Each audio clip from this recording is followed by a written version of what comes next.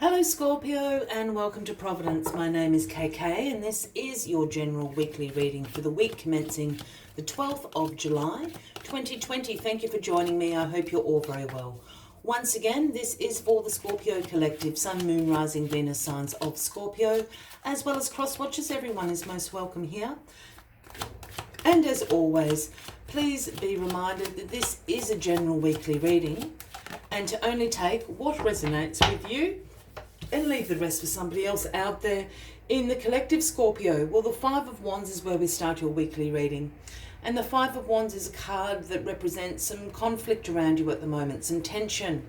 Perhaps there's a little bit of competition, some arguments going on around you at the moment. But certainly this sort of a little bit on edge feeling as the week commences. So let's get the rest of the cards on the deck for you, Scorpio, and we'll get into the weekly reading. A little bit more in depth. What's this tension all about? All right. The Two of Swords is the card at the bottom of the deck for you this week, Scorpio. So this is the overarching energy throughout the week. And the Two of Swords always represents weighing up your options, some difficult decisions that you might have to make this week. The Two of Swords often shows up when you're sort of avoiding, procrastinating, making some decisions about your life or about circumstances that affect you at the moment. And this lady's got the blindfold on here with the swords of truth crossing her.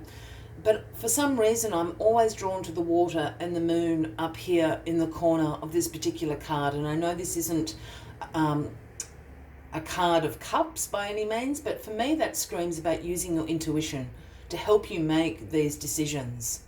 And they might be difficult decisions because there isn't a bad decision to make. You know, that can be even more frustrating. Perhaps that's why you're procrastinating making it. They might be all good decisions, but you can only pick one. So keep that in mind, some decisions to be made this week. Let's see what is crossing you this week with this tension down here. Well, the Knight of Wands, Scorpio, is crossing you this week. I feel this Knight of Wands might be causing you a little bit of stress. Maybe, the cause of a little bit of arguments for you. This Knight of Wands is very energetic, very passionate. It has a lust for life, action, adventure. These are all the things that the Knight of Wands represents. I do feel this is somebody in your life, Scorpio, and if that's the case, we'd be speaking about an Aries, Leo, or a Sagittarius. And I feel the flip side of this Knight of Wands energy, while all those things are wonderful, is the Knight of Wands can be slightly impulsive, can do things sort of in haste and be a bit scattered. And I feel this is causing some arguments with you this week, Scorpio. Again, I feel this person is Aries, Leo, or a Sagittarius, and I feel their impulsiveness,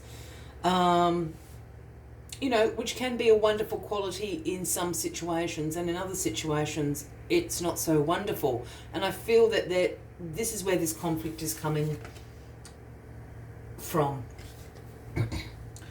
The Seven of Wands, well, it's all very wandy so far, Scorpio, is in your past position this week. And the Seven of Wands is about some challenges. Again, this idea of, about competition. But it also has you here with the higher ground. And that speaks of your perseverance, your resilience. This is in the past position. And perhaps at one stage you did have the higher ground. And perhaps this conflict that's going on with the Knight of Wands. You are resilient, you are persistent, you will overcome the challenges, this would suggest, but I think this has brought you, to a little bit of a stalemate. I think this Knight of Wands in your life is being almost a little bit destructive. I don't think that's their intent at all. I don't think they're being malicious about it, but I feel that's how you're feeling about it, Scorpio. So I think it's kind of progressed. I think at one stage you did sort of have the higher ground in whatever this conflict is with the Knight of Wands. Now it's got to a stage of it's just causing you a lot of stress, a lot of tension. It's not going away. Arguments are increasing. And this Knight of Wands isn't going to back down easily. Yeah, it's causing you a lot of anxiety here. The Nine of Swords is in your grounding position this week, and the Nine of Swords is known as the Nightmares card. You know, this is about anxiety, this is about concerns, sleepless nights, so to speak. Look, this card can also sometimes represent a more severe mental health issues, and if that is the case for anyone out there, Scorpio, please seek some professional advice, because there are many, many tools and resources available to you, and we certainly don't want anybody to be feeling alone in that position at the moment. But for everybody else, this is a few sleepless nights. I really think this Knight of Wands is getting to you. You're really concerned and anxious. It's keeping you up at night. I'm just going to flip this over because I've got a feeling about this Knight of Wands. Yeah. The Two of Wands. It's all about the wands, isn't it? The Two of Wands is in your crowning position this week, Scorpio. And this is about you planning for your future. You can see progress happening. This is you with the world, the globe in your hand. You can see the progress you're making in your life. Again, you want to be making some decisions about your future.